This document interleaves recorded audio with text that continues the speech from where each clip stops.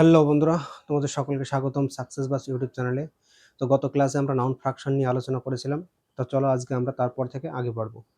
ইংরেজিতে এমন কতগুলো ওয়ার্ড রয়েছে যেগুলো ফরেন ওয়ার্ড অর্থাৎ ল্যাটিন ওয়ার্ড, কিন্তু তাদের সিঙ্গুলার এবং প্লুরাল থেকে নাউনে কিন্তু বিভিন্ন ধরনের প্রশ্ন আমরা পরীক্ষায় বিভিন্ন সময় দেখতে পেয়ে থাকি।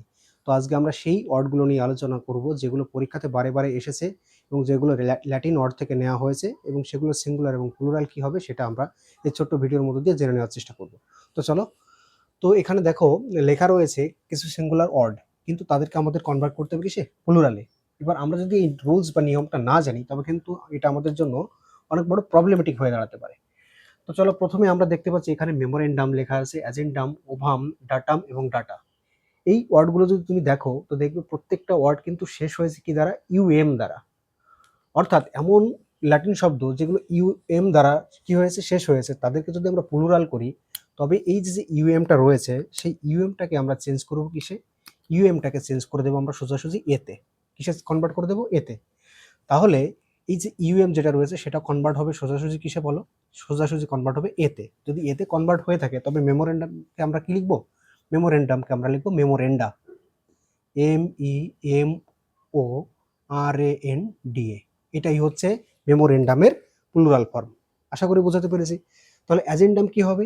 ইউএম কে কনভার্ট করতে হবে এতে, তাহলে কি হবে? অ্যাজেন্ডা। ওকে, ক্লিয়ার? ওভাম, ইউএম কনভার্ট হয়ে যাবে এতে, ওভা।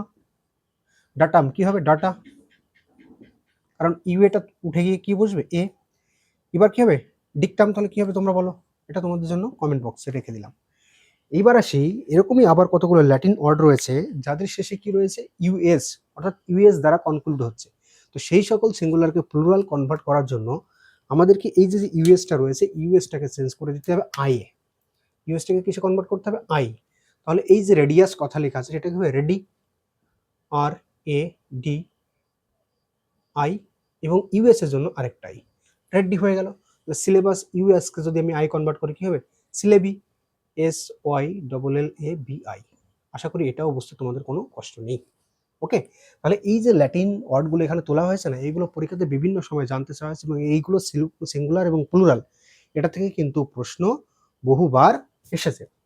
এইবার আসি, এমন কতগুলো ওয়ার্ড রয়েছে যাদের শেষে, অর্থাৎ ওয়ার্ডের শেষে রয়েছে ওয়েন। এমন কতগুলো ল্যাটিন ওয়ার্ড রয়েছে, তো তাদেরকে কনভার্ট করার সময় আমাদেরকে কি করতে হবে? এই ON কে কনভার্ট করতে হবে এতে। ওকে, এখানে আমরা ইউএম কে কনভার্ট করেছি এতে, এখানেও ঠিক সেই রকম ওয়েন যেটা রয়েছে তাকে কনভার্ট করতে হবে একে। তাহলে এই যে ফেনোমেনন রয়েছে এটা কিন্তু সিঙ্গুলার, আর আমরা এটা হামেশাই প্লুরাল হিসেবে ব্যবহার করি, আর সেটাই পরীক্ষা আমাদের কি হয়ে যায়? ভুল হয়ে যায়। তো ফেনোমেননকে আমাকে কি করতে হবে? Phenomena, PACNOMENA। আশা করি বুঝতে পেরেছো। তাহলে ক্রাইটেরিয়নটা কি হবে? ওয়েনের পরিবর্তে শুধুমাত্র তোমাকে এ করতে হবে। উত্তরটা তোমরা সবাই কমেন্ট বক্সে লিখবে। তাহলে ক্রাইটেরিয়ন হয়ে যাবে ক্রাইটেরিয়া।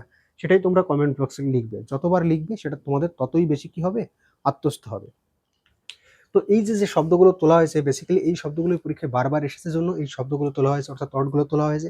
এর বাইরেও আরো কতগুলো ওয়ার্ড রয়েছে যেগুলোকে আমাদেরকে জানতে হবে। আর সেগুলো কি হয়েছে?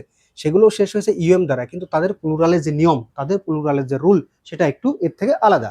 তো এবার আমরা এটাকে ইরেজ করে এখানে কতগুলো শব্দ লিখবো যেগুলোকে আমরা আবার কি করব? কনভার্ট করব। তো এইরকমই কতগুলো ল্যাটিন ওয়ার্ড রয়েছে যাদের অন্তে অর্থাৎ শেষে তো ইউএম রয়েছে, কিন্তু তাদের প্লুরাল করার রুলস কিন্তু এর থেকে একটু আলাদা। যেমন আমি লিখলাম অ্যাসাইলাম, এটা তো কি আছে? ইউএম আছে, আছে কি নেই? পেন্ডুলাম।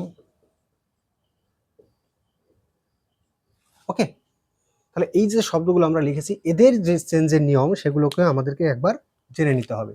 তো সেক্ষেত্রে আমাকে কি করতে হবে? এই যে কি রয়েছে? ইউএম রয়েছে, এর সঙ্গেই আমাকে আবার এস কি করতে হবে? অ্যাড করতে হবে। এক্ষেত্রে আমাকে কি করতে হবে? ইউএম এর সঙ্গে আমাকে করতে হবে অ্যাড এস। ওকে, তাহলে অ্যাড যদি আমরা এস করে দিই তবে কিন্তু সেটা কি হয়ে যাবে? সেটা টোটালি প্লুরালে কনভার্ট হয়ে যাবে। ওকে, তো এটাকে আমরা কি করব এবার? এখানে অ্যাসাইলাম যেটা আছে এটাকে আমরা যদি প্লুরাল করি কি হবে? ASYLUMS, অ্যাসাইলামস। পেন্ডুলাম, এটাকে কি করতে হবে? আমাকে এই যে ইউএম আছে তার সঙ্গে আমাকে আরো এস করতে হবে, তাই না? তাহলে এটা কি লিখবো আমি? PENDULUMS। তাহলে এটা হবে এর প্লুরাল। তাহলে এই রুলসটা আমরা জেনে নিলাম কি? তাহলে এর জন্য তোমাদেরকে আমি একটা হোমওয়ার্ক দেবো, সেটা হচ্ছে লিখবে তোমরা মিউজিয়াম। মিউজিয়ামের প্লুরাল ফর্ম কি হবে সেটা তোমাদেরকে লিখতে হবে। ওকে, তো এখানে একটা হোমওয়ার্ক আমরা দিয়েছি, এখানে একটা দিয়েছি, এখানে একটা দিয়েছি। আশা রাখবো এই প্রত্যেকটা আনসার তোমরা কমেন্ট বক্সে দেবে। আর এই যে বিষয়টা ছিল এটা তোমরা খুব সহজেই রপ্ত করে নেবে, যাতে করে কোনো ধরনের কোনো কোশ্চেন নাউন থেকে এলে আমাদের আর ভুল না হয়। তো আমরা গত ক্লাসে বলেছিলাম যে নাউন আর খুব বেশি বাকি নেই। তো আমরা মোটামুটি এতদিন পর্যন্ত নাউনের যে পার্টটা কনক্লুড করেছি, অর্থাৎ টোটাল যে নাউনের পরিধি, সেটাকে কিন্তু আমরা কনক্লুড করার চেষ্টা করেছি খুব কনসাইজ ওয়েতে। কারণ আমাদের ভিডিও খুব বেশি লেন্দি নয়, 10 মিনিট 5 মিনিট এই জাতীয় ভিডিও। তো 5-7টা ভিডিও তোমরা যদি দেখে নাও 2x মোডে, খুব বেশি সময় লাগবে না। এতে করে কি হবে, তোমার পুরো নাউনটাকে একবার রিভিশন করা হয়ে যাচ্ছে। আগামী ক্লাস থেকে আমরা নাউনের উপরে কোশ্চেন সলভ করার চেষ্টা করব। আমরা চেষ্টা করব যে মিনিমাম 40 to 50 কোশ্চেন আমরা নাউনের উপরে ডিসকাস করার, যার দরুন কি হবে, এই যে আমরা এতদিন শিখেছি সেটাকে একবার রিভাইজ করা হয়ে যাবে। সেই সঙ্গে সঙ্গে কি করে কোশ্চেনটাকে অ্যাটেম্প করতে এবং তার যে সঠিক অ্যাপ্রোচ সেটা আমাদের জানা হয়ে যাবে। তো চলো, দেখা হবে তোমাদের সঙ্গে আগামী কোনো ভিডিওতে, এবং সেটা হবে প্র্যাকটিসের উপরে। তো এই ভিডিওটা সত্যি তোমরা তোমাদের বন্ধুদের তোমার শেয়ার করবে এই আশা রাখছি। ধন্যবাদ সকলকে। Good bye, tata. আটা